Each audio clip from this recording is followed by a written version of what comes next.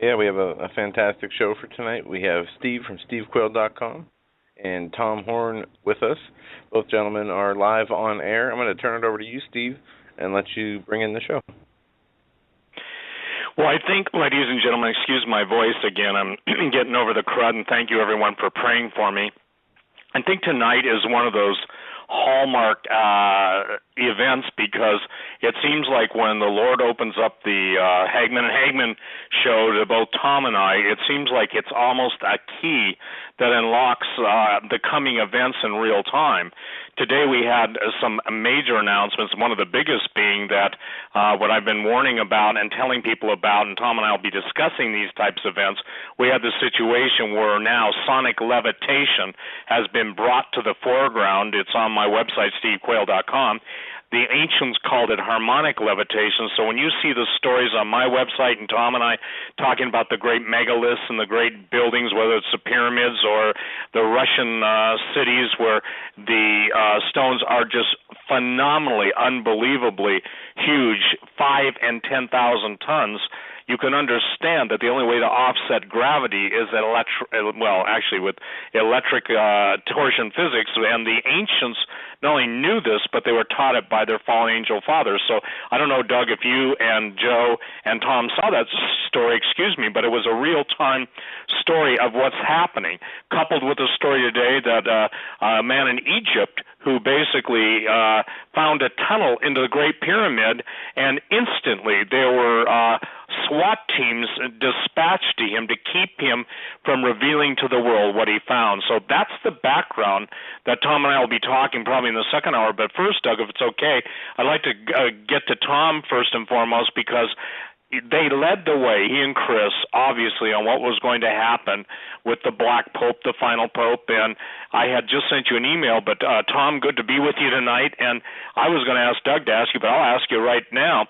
Given the acceleration of the one world religion push from the Pope and all the Vatican statements, where are we now from your perspective? Because, again, you were the first one to bring out that this gentleman would be the Pope, and all of the wars that some of us have warned about between traditional Catholics and the new Catholics are beginning to take place, and there truly is going to be blood on the altar, not just in the Catholic world, but in the evangelical world.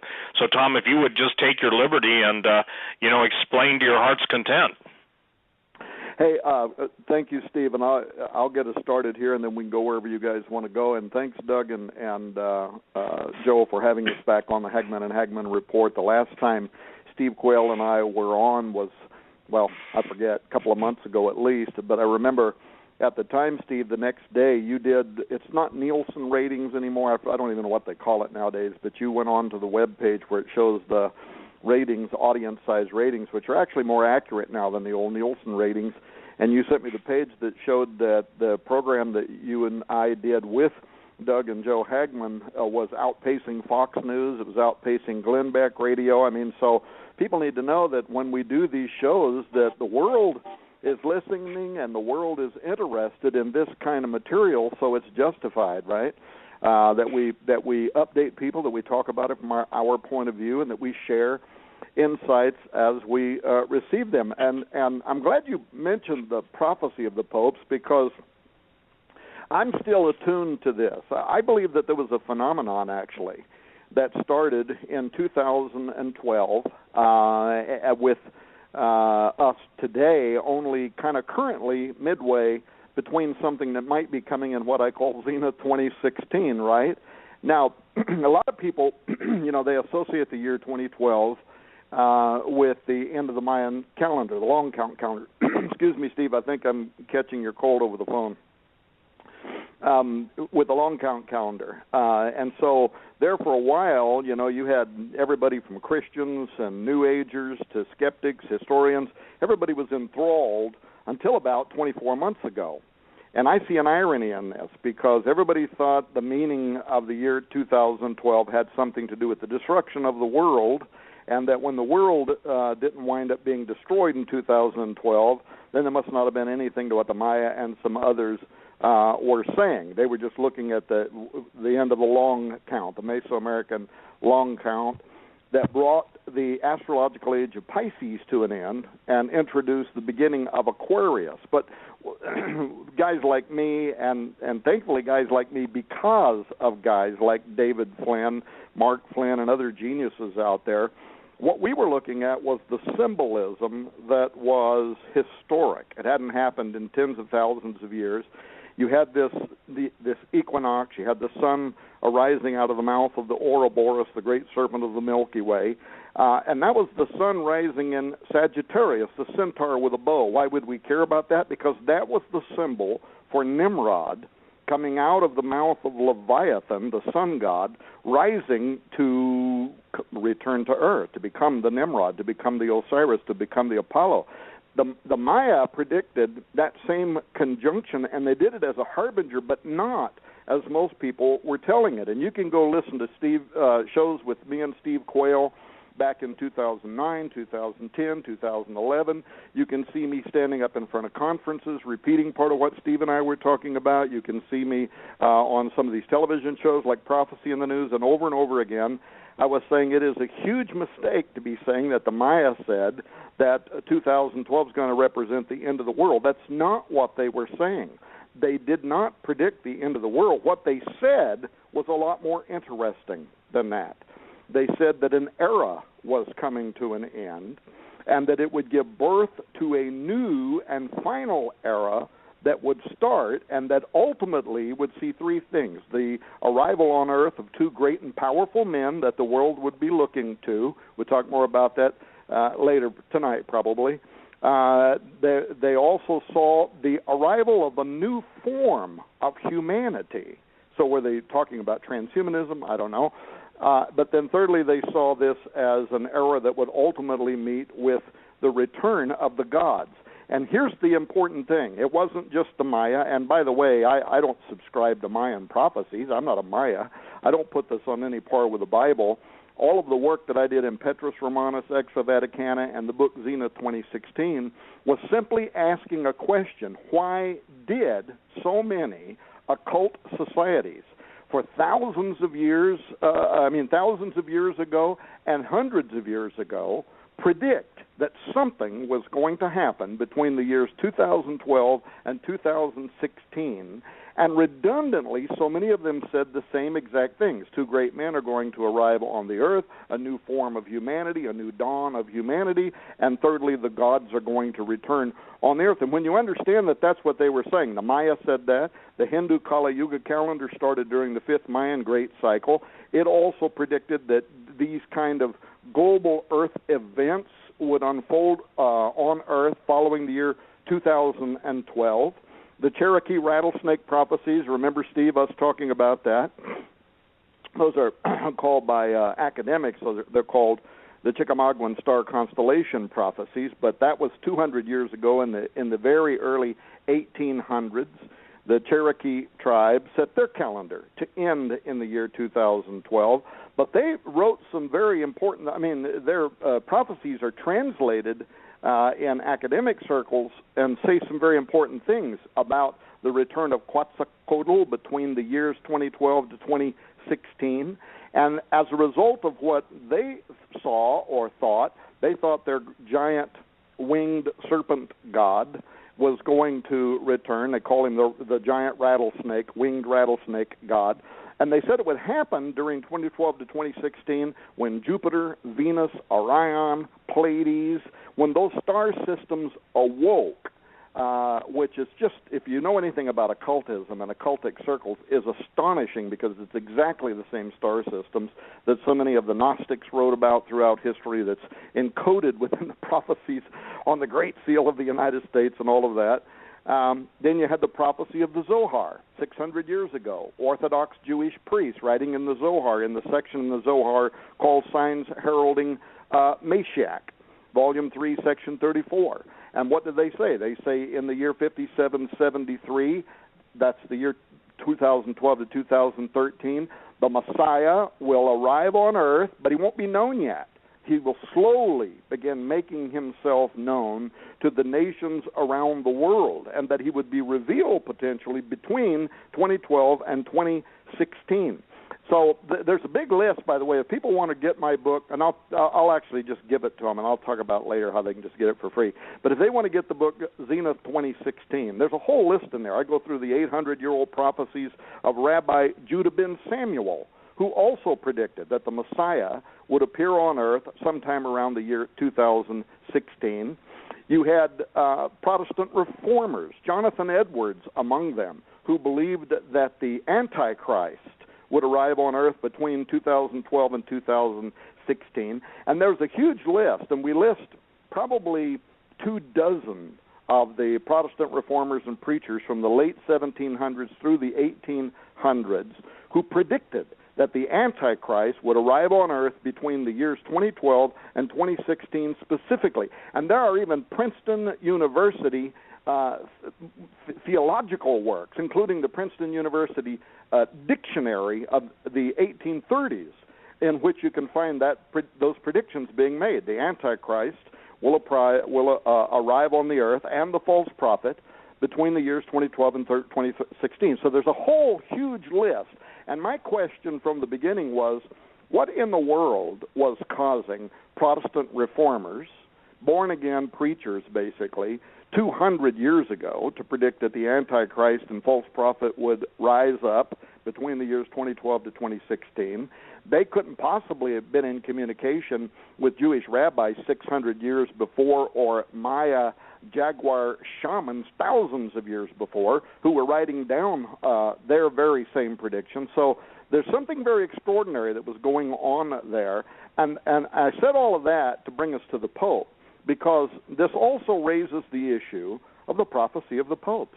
Here you have a 900-year-old Catholic prophecy that none of our works say were divinely inspired. In fact, my belief system, I talked about this on television before the new Pope was elected, my belief system is that for whatever reason, the cardinals inside the electoral process there at the Vatican, the conclave, have been following the prophecy of the popes kind of like a roadmap and intentionally selecting people who they believe in one way or another can be viewed as fulfillment of the prophecy. And that was part of what went into our analysis that led Chris Putnam and I to predict 1 year before Benedict resigned. We were the only ones that did this. In fact, we took some ribbing for it. We had some Catholic scholars out there, including some in Rome, that were laughing at us. They were saying no pope has, for hundreds of years, no pope has ever resigned. Popes don't resign. Popes die in office. But we said we believed that Benedict would resign based on our calculations sometime around March or April of 2012. Well, that date came and went. We thought, well, maybe we missed it. Maybe we were wrong. And then in February the next year, Benedict makes his resignation. But what happens? The very first thing that happens is the El Observatorio Romano, which is the media outlet for the Vatican, give an interview to a writer, and this can all be Googled and read, gave to a writer at the New York Times, in which they admitted that Pope Benedict had actually internally, officially resigned, guess when, at the end of March in 2012, the very moment we said that we thought he would, and that he made it official internally. They started remodeling a building that was owned there at the Vatican grounds by the nuns so that Benedict could resign, live in it as the emeritus pope, and they started the process internally, secretly, only among those who knew, among the Curia, the Roman government there, preparing for the conclave that would ultimately wind up electing Pope Francis. And if you want me to, I can go through a whole list of why I think Pope Francis is a fabulous fulfillment of that prophecy. But the bottom line is this. I believe that something happened in 2012, whether it was the machinations of men and occultists who are following scripts that they believe were inspired by their own demonic gods, or whether indeed, demons can see things. Remember when Jesus cast out the demons at Gadara, and they said, "Are you come here to torment us before the time?" And the Greek language, their time means an epoch, a specific moment in time. So they knew that time had not yet arrived. So maybe demons know something about dispensations. I don't really like using that term, but dispensations and times. Well, in any case, Pope Francis now is not only fulfilling some of the aspects of the final pope, I think his greatest acts might be just ahead based on information that is coming out, carefully being disseminated now from the Vatican. Fantastic. Well, and hey, Tom, would you, while we're on this subject, as you are standing right now or seated in wherever you're at, physically in your home, it's January 7, 2015.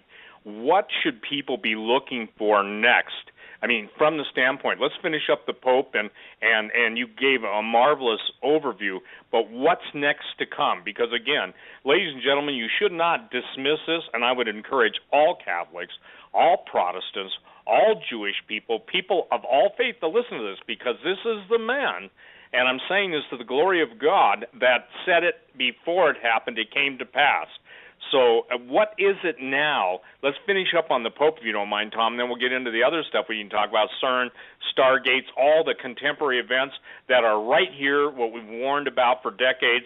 Now they're happening, 2015. But where do you see this whole thing going now, especially with the Pope's major emphasis on one world religion, making his statements on evolution, and then obviously, if you would, finish it up with the aliens, and go until you feel you've exhausted it, because, again, people need the bottom line, and I know there are people interceding for this show all over the world, and that's what we're trying to do. Jesus said, and the Bible says, surely the Lord God will do nothing except he reveals his secrets to his servants, the prophets. The testimony of Jesus is the spirit of prophecy. Tom Horn doesn't claim to be a prophet, neither do I, but we're watchmen, we're authors, we're investigators, we're researchers, and we are those men who have dedicated our lives to bringing forth the things that God has revealed. And thank the Lord that we're both doing the best job we can at being faithful to the calling. So go ahead, and Tom, and take it into that next realm, because we'll get through with that. Then we can go on to the other stuff. All right, and by the way, Steve, you're correct. I don't claim to be a prophet. Chris Putnam never claimed it to be a prophet. There was a lot of analysis, a lot of work. If you read the book Petrus Romanus, you get that there was a tremendous amount of research, but we also uncovered some books that were supposedly unrecoverable. They're only referred to in history, but they were lost to history when some big library burnt down somewhere. We tracked some of those down. We republished them. We put them on a disc. In fact, we put a huge library of these books on a disc that I can also give away to people for free, that have some of the books that we turned up that was supposed to be lost to history. For instance, while we're not prophets, you know, there was a French Jesuit by the name of René Thibault, and 60 years ago he wrote a book called The Mysterious Prophecy of the Popes. He wrote it in French. We found it. We translated it into English. You know what he said? He said that the final pope, he said, this prophecy, he said, will come to its culmination in April of 2012, exactly the same time period that we had figured that Benedict would step down, paving the way for the arrival of the final pope. And he was a Jesuit educator. He taught in a university in Belgium, and we had to wonder, again, does this guy, you know, being in the position he was in, did he know something about how the Vatican has been following this prophecy? There was a major website, a major news site, the RT, you know. I forget what their expanded name is, but they just go by RT online. They're a major international news source. They wrote an article here just a couple of weeks ago in which they said they're becoming convinced that the Vatican is using the prophecy of the popes as a playbook, that they believe in it more than they are admitting. And then this week, some of the blog sites out there were on fire, and excuse me that I can't remember the name of the priesthood. The Vatican immediately started referring to them as renegades, but there's a whole segment of priests out there right now that just